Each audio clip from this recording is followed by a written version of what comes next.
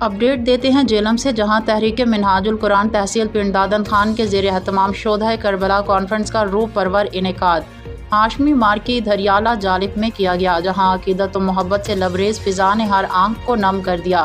اس بابرکت محفل کی میزبانی معروف سماجی شخصیت جناب نعیم ہاشمی نے کی، جنہوں نے حسینی مشن کے فروغ کے لیے اپنی مارکی کے دروازے زائرین کے لیے کھول دیے۔ محفل کا آغاز تلاوت قرآن پاک سے ہوا، جس کے بعد حضرت امام حسین کی بارگاہ میں پرسوز منقبت پیش کی گئی۔ کلام کی تاثیر نے محفل کو کربلا کی فضا میں بدل دیا، جیسے وقت تھم گیا ہو اور حاضرین نے قافلہ حسین کے ہم رکاب بن چکے ہوں۔ کانفرنس کے مہمان خصوصی شاگرد رشید شیخ الاسلام ڈاکٹر محمد طاہر القادری جناب علامہ فیاض بشیر قادری نے دل سوز اور بصیرت افروز خطاب کیا۔ انہوں نے واقعہ کربلا کی منظر کشی کچھ اس انداز سے کی کہ محفل سسکیوں اور اس سے گونج اٹھی۔ ان کا کہنا تھا، کربلا تاریخ کا ایک باب نہیں بلکہ انسانیت کی معراج ہے۔ امام حسین نے سروں کے سجدے دے کر ہمیں سچ کے سامنے جھکنا اور باطل کے سامنے ڈٹ جانا سکھایا۔